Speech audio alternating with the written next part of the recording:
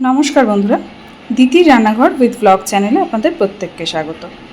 দেখুন, আজকে নিয়ে চলে এসেছি একদম অন্য রকম চিকেনের তেল ঝাল। না দেখেই কিন্তু বোঝাই যাচ্ছে না যে এটা চিকেন। রান্নাটাও সম্পূর্ণ অন্যরকম, খেতেও সম্পূর্ণ অন্যরকম। তো আজকের এই রান্নাটা আমি কিভাবে করেছি চলুন দেখে নিন। তো দেখুন বন্ধুরা, একদম অন্য রকম স্বাদের এই চিকেনের তেল ঝাল বানানোর জন্য আমি চিকেনের পিসগুলো ব্রেস্ট পিসটা নিয়েছি আর চিকেনগুলোকে এরকমভাবে কেটে নিয়েছি পাতলা পাতলা করে। আমি খুব যে বেশি পাতলা করেছি এমনটা নয়, জাস্ট এই রকম থিকনেসে চিকেনগুলোকে কেটে নিয়েছি। আপনারা চাইলে আপনাদের ইচ্ছে মতন ভাবে কেটে নিতে পারেন। তো এবার প্রথমে চিকেনটাকে আমি কিছু মশলা দিয়ে ম্যারিনেট করব।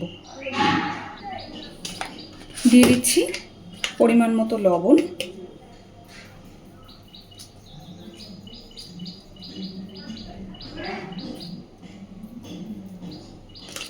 আর দিচ্ছি একটু লঙ্কা গুঁড়ো,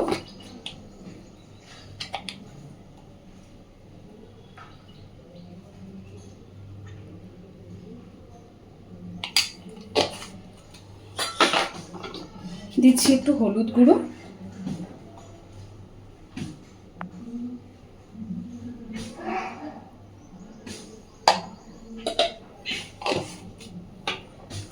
এইবার দিচ্ছি পেঁয়াজ আর রসুন আর টমেটো একসাথে করে বেটে রেখেছিলাম আমি, সেই বাটা মশলার থেকে একটুখানি মশলার মধ্যে দিয়ে দিচ্ছি। পেঁয়াজ, রসুন আর টমেটো, এছাড়া কিন্তু এর মধ্যে আদা, কাঁচা লঙ্কা কোনো কিছুরই ব্যবহার নেই। দিচ্ছি একটা ডিম,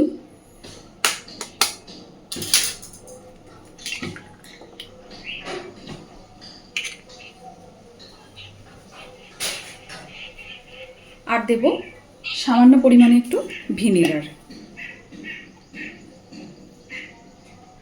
1 টিস্পুন মতন ভিনেগার দিয়ে দিচ্ছি। সব কিছুকে এবার খুব ভালোভাবে মেখে অন্তত মিনিট 10-15 এইভাবেই রেখে দেব।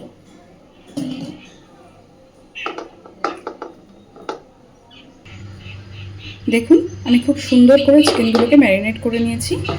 এইবার এইভাবেই রেখে দেব। যদি ওভারনাইট রাখতে পারেন তাতেও খুব ভালো, আর না হলে যতটা সময় রাখতে পারবেন ততটাই এই রান্নাটার স্বাদটাও ভালো হবে। আমি বেশ খানিকক্ষণ ম্যারিনেট করে চিকেনটাকে রেখে দিয়েছিলাম। এবার এর মধ্যে ওপর থেকে দিয়ে দেব একটু চালের গুঁড়ো। চালের গুঁড়োটাকে দিয়ে খুব ভালোভাবে চিকেনটাকে সুন্দরভাবে মাখিয়ে নেব। দেখুন, চালের গুঁড়োটা দেওয়ার পরে আমি চিকেনটাকে খুব ভালোভাবে সব কিছুর সাথে মেখে নিয়েছি। আর আমি জাস্ট অন্য একটা বোলের মধ্যে এটাকে ট্রান্সফার করে নিয়েছি আমার মাখার সুবিধার জন্যে। এবার চলুন রান্নাতে যাই। দেখুন, কড়াই বসিয়ে কড়াইতে তেল গরম করে নিয়েছি খুব ভালোভাবে। এইবার ম্যারিনেটেড চিকেনের পিসগুলোকে ভেজে নেব আগে। এখানে আমরা ন্যাচারালি বাড়িতে যেরকমভাবে মাছ রান্নার সময় মাছ ভেজে থাকি, ঠিক ওই একইভাবে এই চিকেনের টুকরোগুলোকেও ভেজে নেব। খুব বেশি তেলে, ছাঁকা তেলে ভাজার দরকার নেই, অল্প তেলেই চিকেনের টুকরোগুলোকে আমরা এইভাবে ভেজে ফেলব।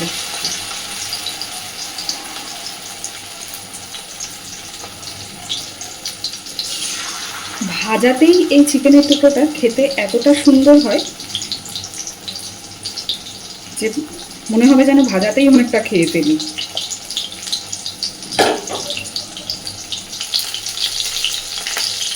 দেখুন, এক পিঠ সুন্দরভাবে ভাজা হয়ে গেছে। এবার উল্টে দেব।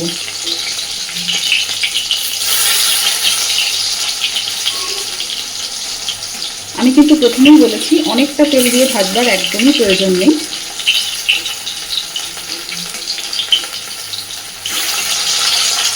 যেহেতু ডিম আর চালের গুঁড়োর একটা হালকা কোটিন আছে, তাই খুব সহজেই ভাজা হয়ে যাবে আর খুব সহজেই এগুলোকে উল্টেও দেওয়া যাবে। তো এইভাবেই আমি প্রত্যেকটা চিকেনের পিসকে ভেজে নেব আগে। দেখুন বন্ধুরা, সমস্ত চিকেনের পিসগুলো ভেজে তুলে নিয়েছি। আর তেলেরও ব্যবহারের দরকার নেই, কড়াইতে যে তেল আছে তাতেই বাকি রান্নাটাও হয়ে যাবে।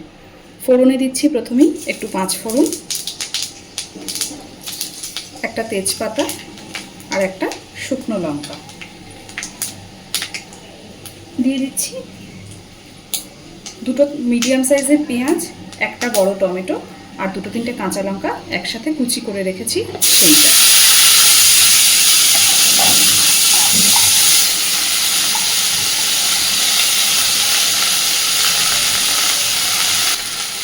খুব ভালোভাবে এবার সব কিছুকে মিশিয়ে ভেজে নেব।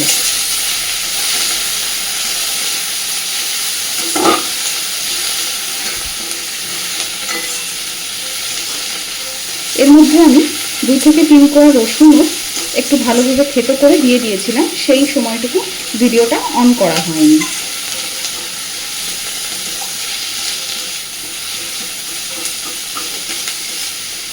যতক্ষণ না পেঁয়াজ টমেটো সব কিছু নরম হয়ে যাচ্ছে, সুন্দরভাবে মশলাটাকে একটু ভেজে নেব।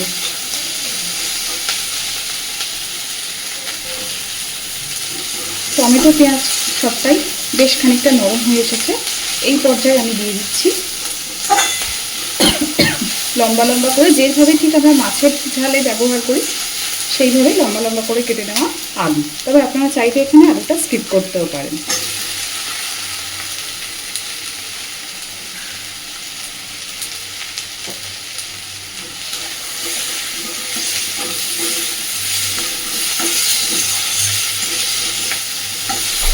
আমি কিন্তু এখানে আলুটাকে আলাদাভাবে ভেজে নিইনি, মশলার সাথেই কষাতে থাকবো আর তাতেই আলুও সুন্দরভাবে সিদ্ধ হয়ে যাবে।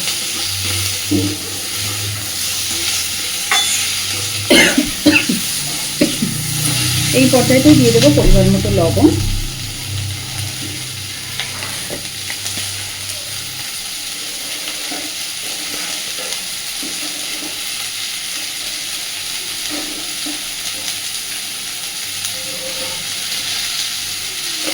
লবণের পরিমাণটা একটু বুঝেই ব্যবহার করব,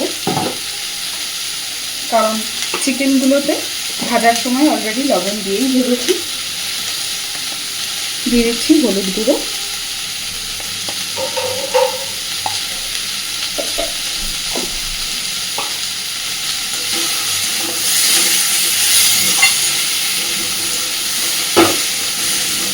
খুব ভালোভাবে সব কিছুকে মিশিয়ে দিয়ে মিনিট 2 ক্রমাগত নাড়তে থাকবো, তাতে করে সব কিছু ভাজাও হয়ে আসবে।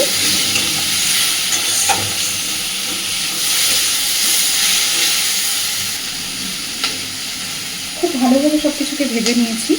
এইবার দিয়ে দিচ্ছি, আমি প্রথমেই আপনাদেরকে বলেছিলাম যখন চিকেনটা ম্যারিনেট করেছিলাম তখন আমি চিকেন ম্যারিনেটের সময় কিছুটা পেঁয়াজ রসুন আর টমেটো পেস্ট ব্যবহার করেছিলাম, তার থেকে খুব সামান্য একটু পেঁয়াজ রসুন আর টমেটো পেস্ট এখানে দিয়ে দিলাম, 1 চামচ মতন ব্যবহার করেছি। দিয়ে দেবো একটু জল যাতে মশলাটা পুড়িয়ে না যায়।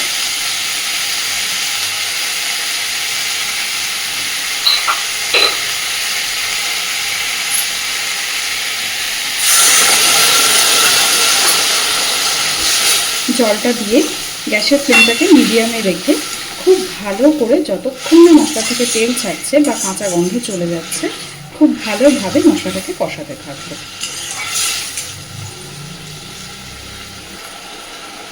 এই পর্যায়েতেই আমি দিয়ে দেবো পরিমাণ মতো লঙ্কা গুঁড়ো। বেশ খানিকটা কাঁচা লঙ্কা কুচি ব্যবহার করেছি, তাই লঙ্কার গুঁড়োটাও একটু বুঝেই ব্যবহার করব।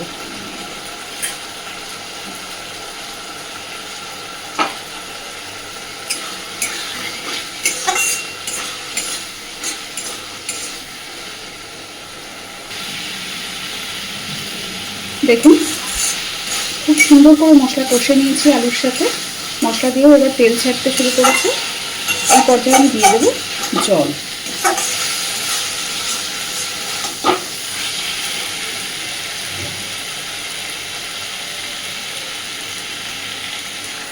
আমি এখানে মশলার বাটি ধোয়া জলটাই ব্যবহার করেছি।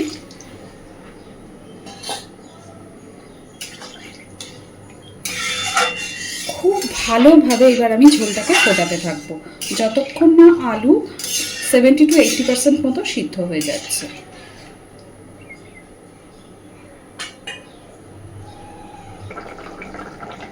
তো দেখুন এদিকে আমি খুব সুন্দরভাবে গ্রেভি ফুটিয়ে নিয়েছি। একটা আলু কেটে দেখে নেব কতটা সিদ্ধ হয়েছে। দেখতেই পাচ্ছেন সুন্দরভাবে সিদ্ধ হয়ে গেছে। যেটুকু বাকি আছে চিকেনটা দেওয়ার পরে যতক্ষণ ধরে ফুটতে থাকবে তাতে বাকিটুকু সিদ্ধ হয়ে যাবে। এবার দিয়ে দেব একদম মাছের মতো করে ভেজে নেওয়া চিকেনের টুকরোগুলো। এই রান্নাটাতে কিন্তু চিকেনের টুকরোগুলো দিয়ে কষানোরও কোনো ব্যাপার নেই, প্লাস অনেকক্ষণ ধরে সিদ্ধ করারও প্রয়োজন পড়বে না, যেহেতু অলরেডি আগে থেকে ম্যারিনেট করা ছিল প্লাস ভাজা হয়েছে।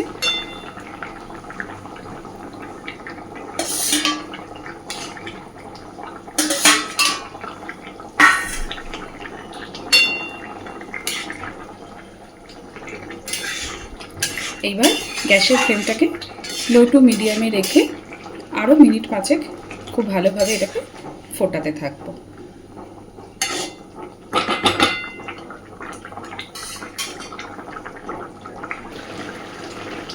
দেখুন বন্ধুরা, চিকেনটা দেওয়ার পরে আমি বেশ খানিকক্ষণ ফুটিয়ে নিয়েছি। গ্রেভিও কিন্তু অনেকটা শুকিয়ে এসেছে। ঠান্ডা হলে এটা পুরোটাই টেনে যাবে। তো এবার আমি গ্যাসের ফ্লেমটাকে একদম কমিয়ে দিয়ে আরও মিনিট 2-3 এইভাবেই জাল দিতে থাকবো।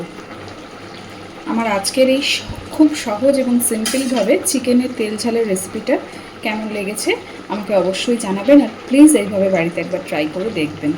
বিশ্বাস করুন, নর্মালি চিকেন কষা, চিকেনের অনেক আইটেম তো আমরা বাড়িতে বানিয়ে খেয়েই থাকি। এইভাবে একবার চিকেনের তেল ঝাল বানিয়ে খেয়ে দেখবেন, ভীষণ ভালো লাগে। আর খুব অল্প পরিমাণে চিকেনেই কিন্তু এই রান্নাটা হয়ে যায়। আমি আজকে জাস্ট একটা চিকেনের ব্রেস্ট পিস দিয়েই কিন্তু এতটা পরিমাণে তরকারি করেছি। তো চলুন, আজকের এই রান্নাটা কেমন লাগলো জানাতে ভুলবেন না। প্লিজ আমার চ্যানেলটাকে লাইক, শেয়ার এবং সাবস্ক্রাইব করে আমার পাশে থাকবেন। এতক্ষণ আমার সাথে থাকার জন্য অসংখ্য ধন্যবাদ। এবার আমি গ্যাসের ফ্লেমটা অফ করে দিলাম।